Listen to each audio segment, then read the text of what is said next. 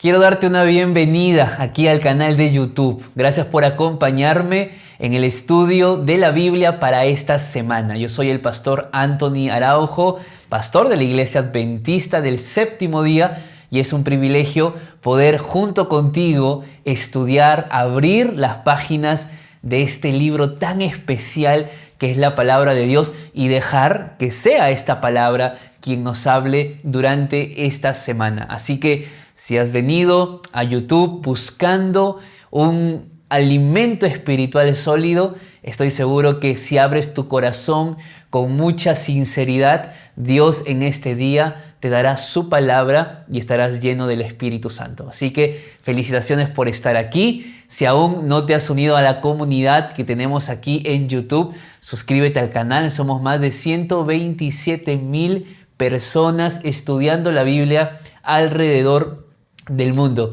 Y gracias a todos los que comparten este video con sus amigos, con otros hermanos de iglesia también, con su familia, de todo corazón, allí donde estás. Muchas gracias por el apoyo que das a este canal, y mientras tú puedas encontrar en este canal un espacio de crecimiento espiritual, yo realmente soy feliz de saber que la palabra de Dios aquí está llenando tu vida. Vamos en esta semana a estudiar la lección número 7 de la escuela sabática y vamos a aprender a diferenciar en esta semana un tema importante. ¿Cuál es la diferencia entre lo importante y lo urgente? ¿O es lo mismo? Pues bueno, la diferencia que va a radicar en los conceptos tiene implicancias en cómo estamos llevando hoy la vida cristiana. Y para eso tendremos historias específicas del libro de Josué que nos ayudarán a entender qué debemos hacer. ¿Ir por lo urgente o ir por lo importante? Así que, sin más, allí donde estás, vamos a orar. Vamos a pedir a Dios que pueda Él guiarnos en el estudio de esta semana. Acompáñame. Querido buen Dios y Padre, muchas gracias nuevamente, porque a través de este espacio digital podemos conectarnos con diferentes personas alrededor del mundo que tienen el mismo propósito, tener una comunión contigo, Padre. Y que este momento, que estos minutos que vienen por delante, nos ayuden a poder encontrarte, a poder conocerte más y sobre todo a vivir lo que tu palabra esta semana nos quiere enseñar. Te encomendamos nuestra vida y te lo pedimos en el nombre de Jesús. Amén, Señor. Vamos al texto bíblico principal de la semana y se encuentra en el libro de Mateo, capítulo 6, versículo 33. Dice la Biblia lo siguiente: buscad primeramente el reino de Dios y su justicia, y todas estas cosas os serán añadidas. Este versículo tiene que ver con prioridades, y prioridades tiene que ver con decisiones. De hecho, cada día tú tienes tus propias prioridades en la vida. Puede ser tu familia, puede ser tu trabajo, puede ser tú mismo o tú misma. Lo cierto es que cada decisión que tú tomas en la vida tiene consecuencias. A veces no queremos asumir las consecuencias. A veces pensamos que las consecuencias que reflejan lo que hoy tú estás viviendo probablemente es un ataque de Satanás, es una prueba de Dios, pero no siempre es así. De hecho, no podemos llamar prueba de Dios a una decisión que hemos tomado sin consultarle a Dios. Lo cierto es que la vida está llena de decisiones y las decisiones marcan el ritmo de la vida. Israel, junto con Josué, habían cruzado el Jordán, estaban listos para poder atacar Jericó y Dios los mandó a detenerse. A detenerse no para contar cuántas espadas tenían, no para revisar la estrategia militar para atacar a Jericó, no. Dios los mandó a detenerse para levantar un altar y adorarlo. Y uno puede llegar a preguntarse, ¿por qué Dios no esperó conquistar Jericó y luego levantar el altar? ¿Qué diferencia hay? Bueno, allí nosotros entramos en esta escena, porque las batallas del pueblo de Israel son un reflejo de las batallas que tú vives a diario. Esas batallas donde tus responsabilidades, donde tu trabajo, donde los plazos que te has puesto en la vida o las metas que has propuesto alcanzar laboralmente no esperan. Y cuando tú corres bajo la presión de poder llevar el dinero a casa, poder pagar los biles, poder pagar la educación de los hijos, poder pagar todo lo que es necesario, ese ritmo de vida te lleva a preguntarte, ¿sobre qué estás corriendo? ¿Sobre lo que es urgente hoy para ti o sobre lo que es importante? Porque la respuesta, y aunque parezcan palabras similares, no lo son. De hecho, la diferencia de lo urgente y de lo importante determina hoy qué tipo de cristiano eres. Por eso, en la lección de esta semana vamos a descubrir qué es lo que debe marcar el ritmo de la vida. ¿Lo urgente o lo importante? Y la definición y la elección que hagas al final de este video tendrá que llevarte a tomar una decisión. ¿Qué tipo de cristiano entonces tú quieres ser? Así que vamos a descubrir esto día por día. Vamos al día domingo de la lección y quiero invitarte a que en tu Biblia puedas buscar Josué capítulo 5. Los primeros versículos de Josué capítulo 5 muestra el miedo, el terror que sentían las naciones al ver que Israel ya había cruzado el Jordán y que estaban a punto de ingresar o de tomar Jericó. Hubo tanto miedo que literalmente el corazón de estas naciones desfallecieron. No sabían qué hacer. Y sin lugar a dudas, era una oportunidad grande para Israel de entrar ya en Jericó y mostrar de manera más completa el poder que había en este pueblo, en el pueblo de Israel. Pero cuando estaba por pasar eso, Dios los mandó a detenerse. Justo en el momento más cumbre para el pueblo los mandó a detenerse. ¿Para qué? Es la pregunta. Bueno, leamos qué dice el versículo número 2. La Biblia dice así. En aquel tiempo, Jehová dijo a Josué, hazte cuchillos afilados y vuelve a circuncidar por segunda vez a los hijos de Israel. La palabra circuncisión viene del hebreo milá. Y milá tiene que ver con señal. Y para eso tenemos que remontarnos hacia el Génesis, aquel encuentro de Dios con Abraham, donde Dios le promete a Abraham una descendencia innumerable, pero que requería de un pacto, una señal de que Abraham le pertenecía a Dios, y esa señal era a través de la circuncisión. Entonces, si podríamos decir, ¿qué es la circuncisión? Pues en primer lugar, era señal de pertenencia, pero en segundo lugar era una señal de pureza, era una señal de lealtad hacia alguien en especial. Y claro, por toda la experiencia que Israel había tenido en el desierto, donde muchas veces el corazón de falta de fe aparecía en el pueblo y volvían a caer, Dios requería una obediencia antes de entrar en Jericó. Pero no solamente la circuncisión tenía un aspecto teológico, tenía también un aspecto físico.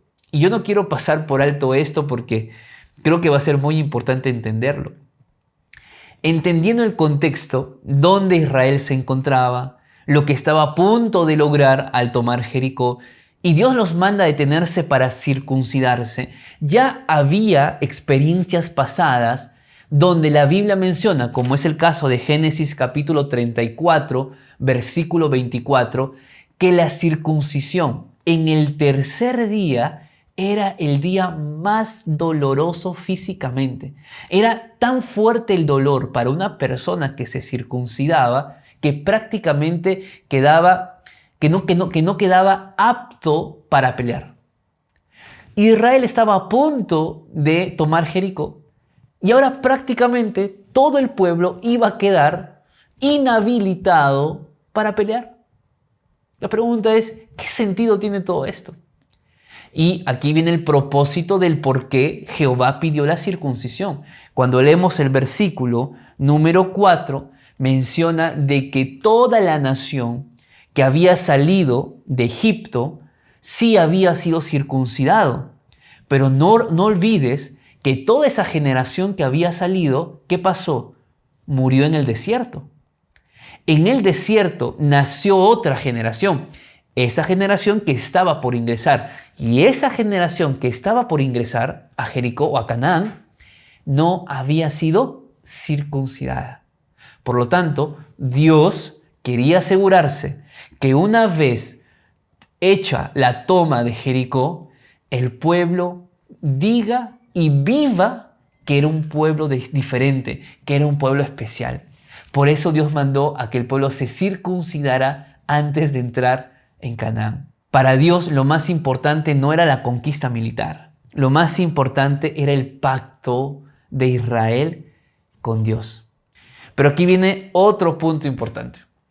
Y es el hecho de que la persona que no era circuncidada no podía participar de la Pascua. La Pascua es un tema que lo hemos estudiado en el Éxodo. Cuando Israel sale de Egipto, celebran la Pascua. En el segundo año en el desierto, celebran la Pascua. Pero como esta nación o este pueblo de Israel, joven que había nacido en el desierto, no había sido circuncidado, el pueblo no había celebrado Pascua casi 40 años. Entonces, primero era necesario ¿qué? La circuncisión. Ahora, ¿por qué era importante celebrar la Pascua antes de entrar en Canaán? Pues te lo cuento ahora en el siguiente día de la lección. Vamos al día lunes de la lección que lleva por título La Pascua. Y vamos a leer Josué capítulo 5, versículo 9. Dice la Biblia lo siguiente. Entonces Jehová dijo a Josué: Hoy he quitado de encima de vosotros el oprobio de Egipto. Por eso se llamó Gilgal aquel lugar hasta hoy. Los hijos de Israel acamparon en Gilgal y celebraron la Pascua a los 14 días del mes por la tarde en los llanos de Jericó. La Pascua, queridos hermanos, tiene 3 dimensiones.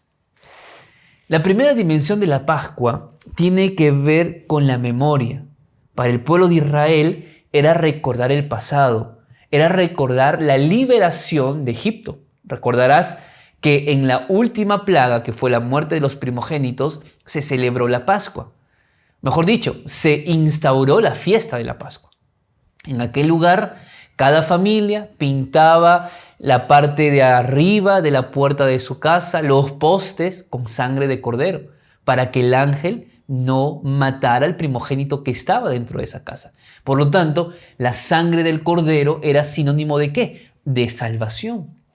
Esa Pascua tenía entonces un propósito memorial para el pueblo. Antes de ingresar a Canaán, recordar que tenían un libertador y era Jehová. Ahora, no solamente era un tema de memoria, también tenía que ver con la identidad. Identidad hablando ya no en el pasado, hablando ahora del presente. ¿Por qué la identidad? Porque ahora ellos tenían que entrar en Canaán como un pueblo redimido. Por eso habían sido circuncidados y ahora estaban listos a participar de la Pascua. Porque no solamente recordaba su pasado como pueblo liberado, sino que hablaba de su presente como pueblo que pertenecía a un Dios eterno. En toda Pascua había un elemento importante y era el cordero. Se le llamaba el cordero pascual. Pero ese cordero no tenía poder en sí mismo, sino que el cordero era una imagen, era una figura de un cordero verdadero o el cordero verdadero que vendría para poder morir por los pecados de la humanidad. Por eso cuando nosotros leemos en el libro de Juan, en el capítulo número 1, tú vas a encontrar allí una expresión maravillosa. Juan 1, versículo número 29, donde la Biblia dice que al día siguiente vio Juan a Jesús que venía hacia él y le dijo: Este es el Cordero de Dios que quita el pecado del mundo. Por lo tanto, el Cordero no tenía un fin en sí mismo, sino que apuntaba ¿a quién? a Cristo Jesús. Ahora, la cena del Señor, como nosotros bien entendemos, tiene que ver con recordar la muerte de Jesús, su sacrificio, su sangre derramada, pero como dijo Pablo en 1 Corintios, eso tenemos que practicarlo hasta que Cristo venga por segunda vez. Por eso tiene una dimensión de futuro. Lo curioso de este rito que hoy la iglesia practica es lo que dice el versículo número 17 de Mateo 26. Mira tu Biblia, por favor. Dice la Biblia así: el primer día de la fiesta de los panes sin levadura, se acercaron los discípulos a Jesús diciéndole: ¿dónde quieres que preparemos para que comas la Pascua? Es decir, la cena del Señor se instaura en la semana de la Pascua. Es decir, tiene una dimensión pasada porque recordaba la liberación del pueblo, tiene una dimensión presente porque para el pueblo era señal de pertenencia al entrar en Canaán, pero también tenía una dimensión futura que apuntaba a Cristo, su sacrificio, y para hoy nosotros tiene que ver con poder hacer esto como un recordatorio de que somos salvos por Cristo Jesús hasta que Él venga por segunda vez. La pregunta es, ¿y después de eso qué va a ocurrir? ¿Será que ya no más vamos a participar de la cena del Señor? Y aquí justamente viene un tema que es muy importante para todos nosotros. Y esto se encuentra en dos textos de Apocalipsis. Apocalipsis capítulo 3, versículo número 20, donde la Biblia dice lo siguiente: yo estoy a la puerta y llamo.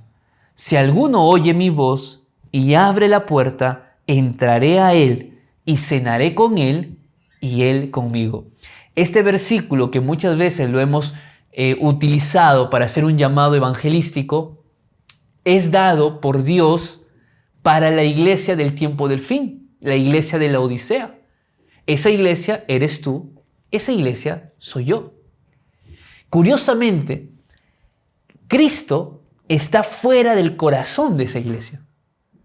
A veces pensamos que Cristo está en nuestro corazón por ser la iglesia del tiempo del fin, por ser adventistas del séptimo día.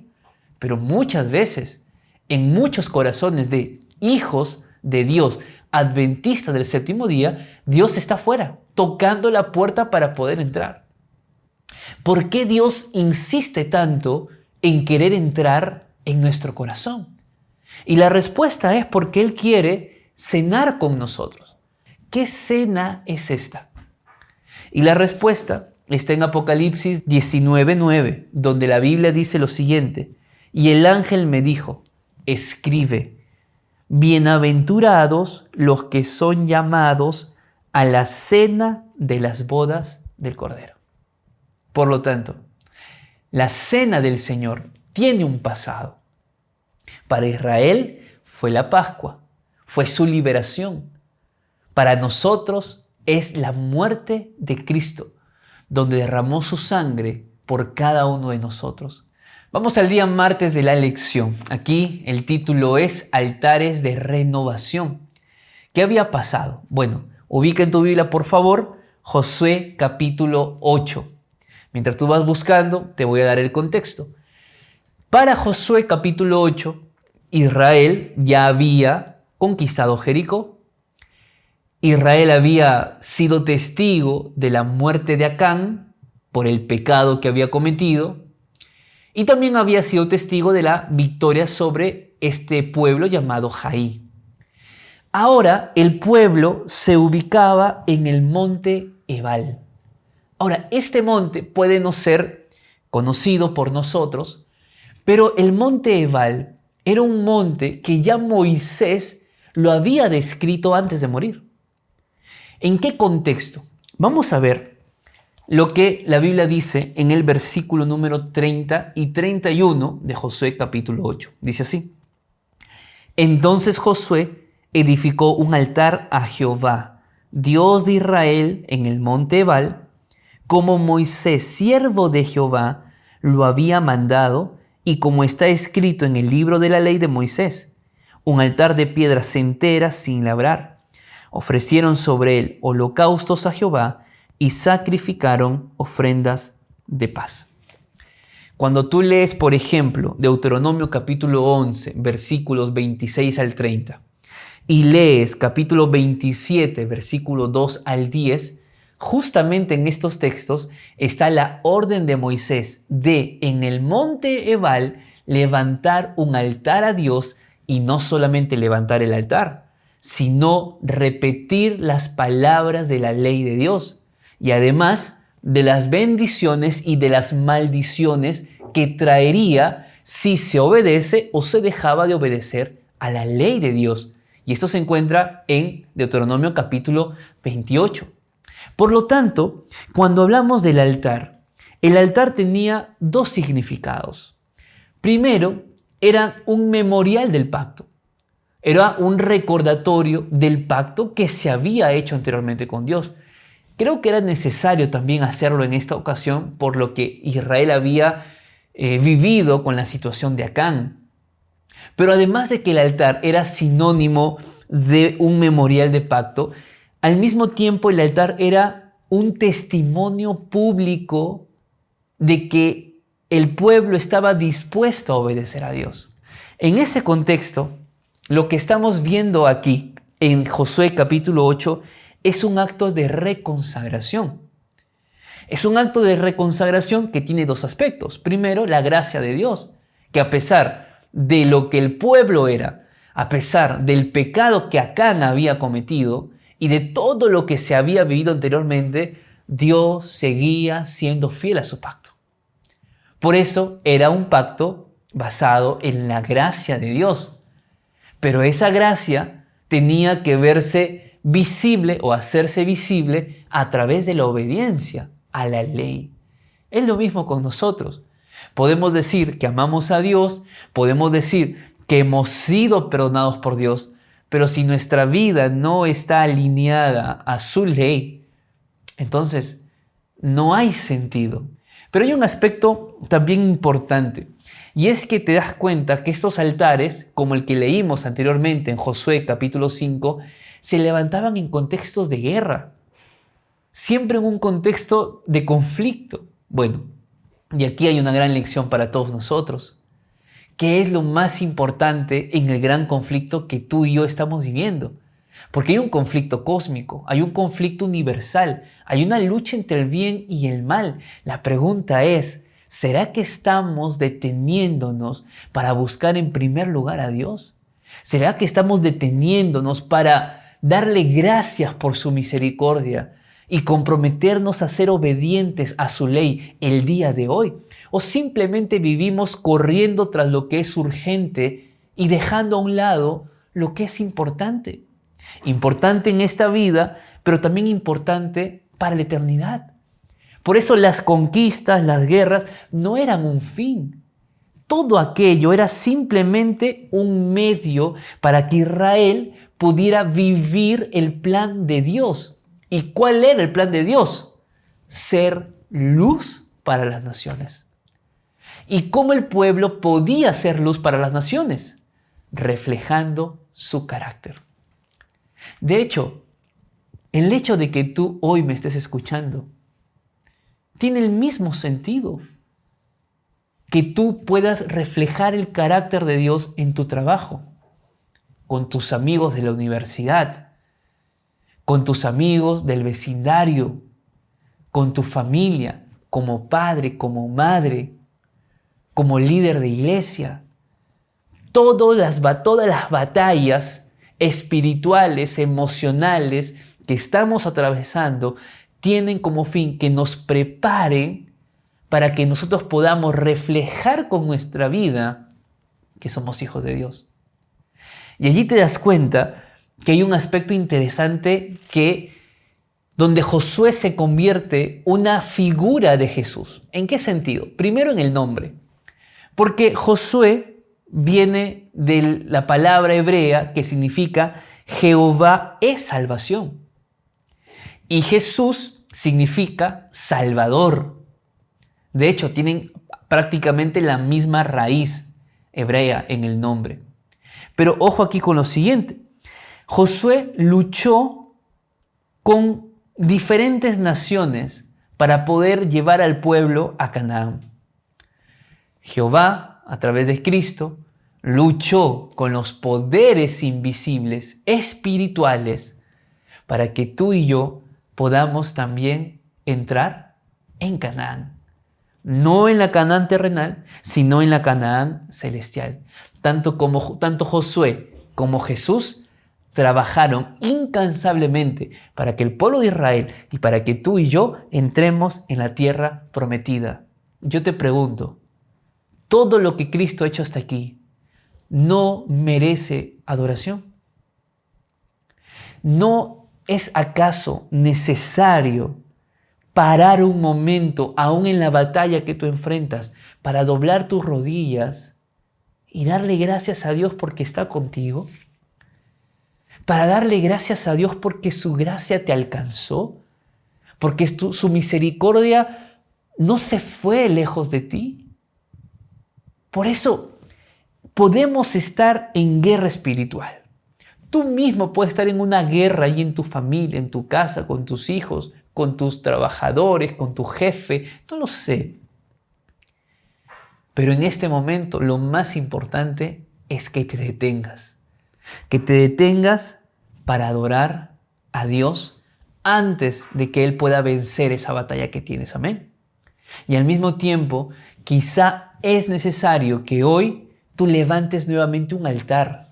Ese altar que se ha caído, ese altar que has dejado hace mucho tiempo, ese altar que se llama estudio de la Biblia, ese altar que se llama arrepentimiento, ese altar que se llama confesión, ese altar que se llama perdón, ese altar que se puede llamar cumplir la misión. Hay algún altar que tal vez has dejado que necesitas volver a levantar. Por eso los altares son sinónimo de un nuevo comienzo. Y quizás ese nuevo comienzo es hoy para ti. Vamos al día miércoles de la lección. El título es Escrito en rocas. Y para esto nosotros vamos a continuar estudiando estos versículos siguientes a lo que hemos visto ya en el día anterior. Así que vamos a leer los versículos 32 en adelante. Dice la Biblia lo siguiente. También escribió allí sobre las piedras una copia de la ley de Moisés, la cual escribió delante de los hijos de Israel. Y todo Israel, tanto los extranjeros como los naturales, con sus ancianos, oficiales y jueces, estaba de pie uno al lado del otro, cerca al arca, en presencia de los sacerdotes levitas que llevaban el arca del pacto de Jehová. La mitad de ellos estaba hacia el monte Gerizim y la otra de la manera que Moisés, siervo de Jehová, lo había mandado antes, para que primero bendijeran al pueblo de Israel. Además de haberse levantado un altar, como lo hemos visto en el estudio anterior, ahora se manda a escribir la ley en piedras, justamente en las piedras que estaban colocadas en ese lugar. Ahora, qué interesante, porque la piedra es sinónimo de permanencia. La piedra es sinónimo de algo que no cambia, que no varía, y que la ley se haya escrito en piedras es una gran lección para todos nosotros. Como dice Isaías, sécase la hierba, marchítese la flor, pero la palabra de Dios no cambia. Puede cambiar el tiempo, pueden cambiar las generaciones, pueden cambiar la cultura, puede cambiar el estilo de vida, puede cambiar todo. La ley sigue siendo la misma. La ley permanece como está por la eternidad.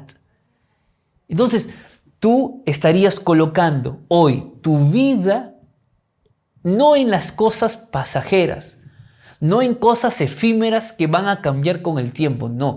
Tú estarías colocando tu vida en aquello que es inmutable. Y cuando tú colocas tu vida bajo lo que es inmutable, bajo lo que es el carácter de Dios, entonces no hay por qué tener miedo a lo que venga al futuro. ¿Me dejo entender? Lo cierto es que la ley fue escrita y todo Israel estaba presente. Ahora, cuando el texto dice todo Israel, ¿sabes de quién está hablando? Además del pueblo de Israel, está hablando de Rahab y de su familia. que también se unieron a ese grupo porque Dios los salvó de la caída de Jericó. Está hablando de los gabaonitas, aquel grupo que con mentiras se acercaron a Josué y se quedaron como parte del pueblo. Es decir, la ley de Dios no era únicamente para un pueblo en específico, no, era para todo aquel que también quería ser parte de ese pueblo. Por eso, la ley de Dios es universal. La ley de Dios es para toda la humanidad. Además de ello, el versículo número 34 dice lo siguiente: después de esto, leyó todas las palabras de la ley, las bendiciones y las maldiciones, conforme a todo lo que estaba escrito en el libro de la ley. Hay mucho énfasis aquí en el libro de Josué con el tema de la ley. Desde el capítulo 1, cuando Dios le dice a Josué: Josué, no te apartes de la ley, ni a derecha ni a izquierda. Ahora levantan un altar, recuerdan quién es Dios, aceptan vivir en la presencia de Dios, escriben la ley en piedra nuevamente, repasan las maldiciones y las bendiciones que están en Deuteronomio capítulo 28. Todo eso en un contexto de batalla. ¿Por qué? Porque el éxito del pueblo de Israel no dependía de las estrategias militares ni de sus hombres. El éxito en el pueblo de Israel dependía de la fidelidad que el pueblo tenía hacia Dios. Y eso tampoco cambia. De hecho, la guerra podía esperar. La obediencia no. Y quizá hoy es un buen día para recordar esto. Que las batallas que hay en tu vida, las luchas que estás enfrentando, pueden esperar. Claro, quizá no un mes, quizá una semana, pero hoy puede esperar un momento. Porque el éxito, la victoria en tus batallas no depende de tus fuerzas, no depende de tu estrategia, no depende de tu conocimiento, ni siquiera de tu experiencia. Las victorias en tu vida dependen de tu fidelidad a Dios. Por eso, recuerda, si tú cimentas tu vida en Cristo Jesús, aquella roca firme, inmutable, que no cambia, no solo te dará paz, te dará la certeza de que eres salvo, salva en Cristo Jesús. Vamos al día jueves de la lección. El título es Anhelando su presencia. Y vamos a ir hasta el capítulo 18 de Josué. Voy a leer el versículo número 1. Dice la Biblia así: toda la congregación de los hijos de Israel se reunió en Silo, donde erigieron el tabernáculo de reunión. Toda la tierra se les había sometido, pero quedaban de los hijos de Israel 7 tribus a las cuales aún no se les había repartido su posesión. El tema del día jueves está en el contexto de la repartición de las tierras a las tribus. Pero en medio de esa repartición hay un alto, hay un stop, al igual que se hizo antes de entrar a Jericó, antes de conquistar Jericó, al igual que se hizo después de derrotar a Jai. Aquí hay otro momento de detención, de parar. ¿Ahora para qué? Bueno, para levantar el tabernáculo de reunión. Y acá hay un lugar muy especial, Silo. Ahora, ¿por qué Silo es un lugar especial? Primero, porque la palabra Silo significa lugar de descanso.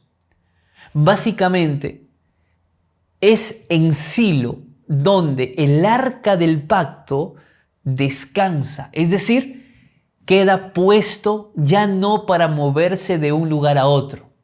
Es en Silo. En Silo se detiene el arca, se levanta el tabernáculo de reunión, esto después de 40 años de vagar en el desierto.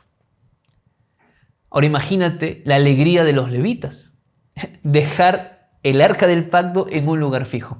Solo que acá hay un problema, porque esa alegría duró entre 200 a 250 años. Porque luego de eso, Elí y sus 2 hijos principalmente hicieron cosas aborrecibles ante Dios. que terminó porque los filisteos se llevaran el arca del pacto. Qué triste, ¿verdad? Yo creo que a lo largo de la Biblia podemos ver a un Dios que siempre quiso morar con su pueblo. Pero también veo a un pueblo que era capaz de alejar la presencia de Dios en medio de ellos. Lo que estamos viendo aquí es prácticamente un cumplimiento de aquella vez que Jehová le dijo a Moisés: hagan un santuario y yo habitaré en medio de ustedes. Pero por lo menos esos 250 años fueron años donde la presencia de Dios estuvo en medio de ellos. Ahora, quiero hablarte a ti que, al igual que yo, no hemos sido testigos presenciales del Arca del Pacto o del santuario terrenal. Pero ¿sabes de qué sí somos testigos por la fe? De lo que menciona el libro de Hebreos capítulo número 10, 19 y 20.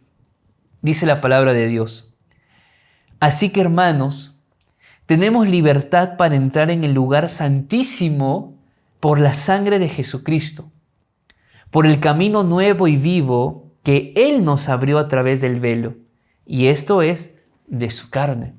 Es posible que tú no hayas visto el santuario terrenal, que no hayas visto el arca del pacto, que hasta el día de hoy muchos arqueólogos siguen buscándolo. Pero ¿sabes de qué sí tú eres testigo y puedes experimentar? De estar en la presencia de Dios. Porque ahora hay conexión directa al lugar santísimo. Antes solamente entraba el sumo sacerdote. Hoy tú puedes entrar. ¿Cómo? Cuando entras en una comunión personal con el sumo sacerdote que está en el lugar santísimo. ¿Sabes? Cuando el cristiano tiene una relación con Dios, muchas cosas cambian en la vida. Déjame leer el versículo 22 al 25. Dice lo siguiente: acerquémonos pues con corazón sincero, en plena certidumbre de fe, purificados los corazones de mala conciencia y lavados los cuerpos con agua pura. Mantengamos firme sin fluctuar la profesión de nuestra esperanza, porque fiel es el que lo prometió.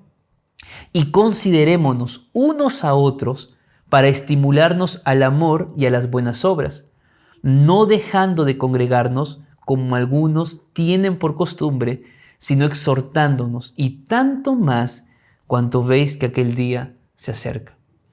¿Qué está diciendo el texto? Primero, por cuanto Cristo está en el lugar santísimo, hoy tú puedes acercarte con confianza.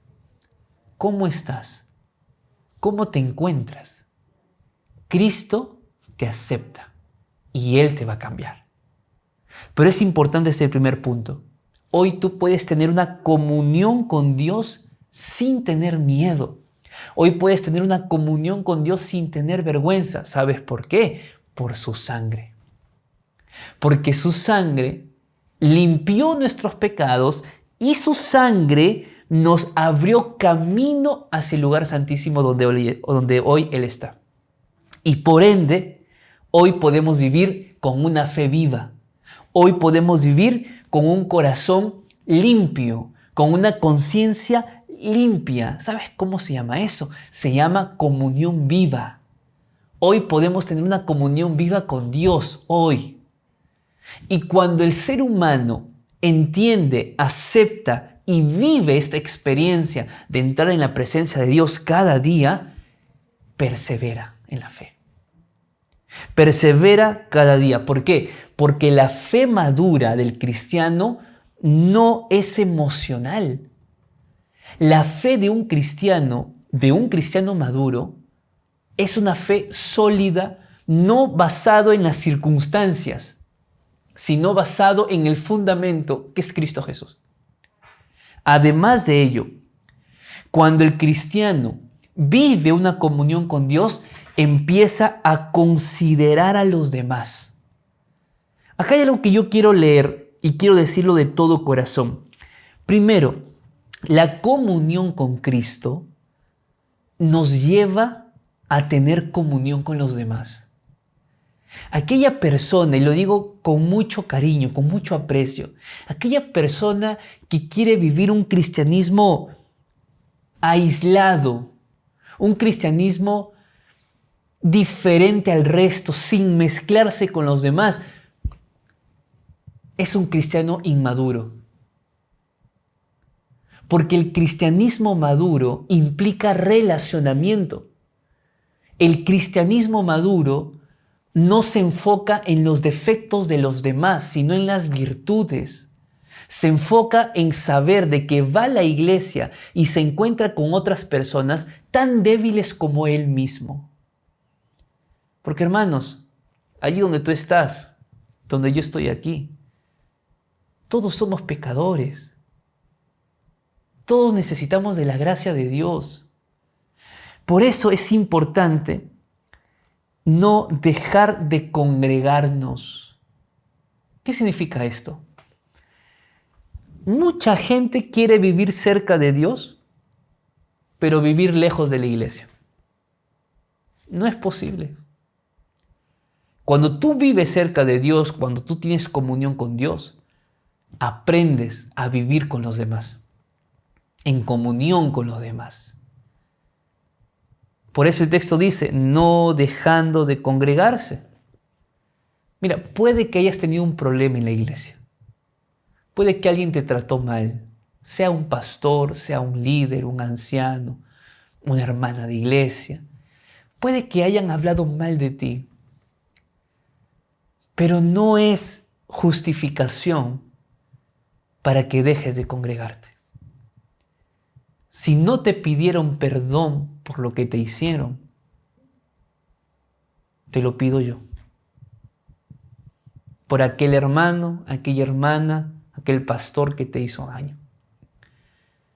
Pero no es suficiente para que vivas un cristianismo aislado. Porque si bien es cierto, la salvación es personal, nadie va a ir al cielo solo o sola. Y yo estoy seguro que no es tu deseo ir al cielo solo o sola.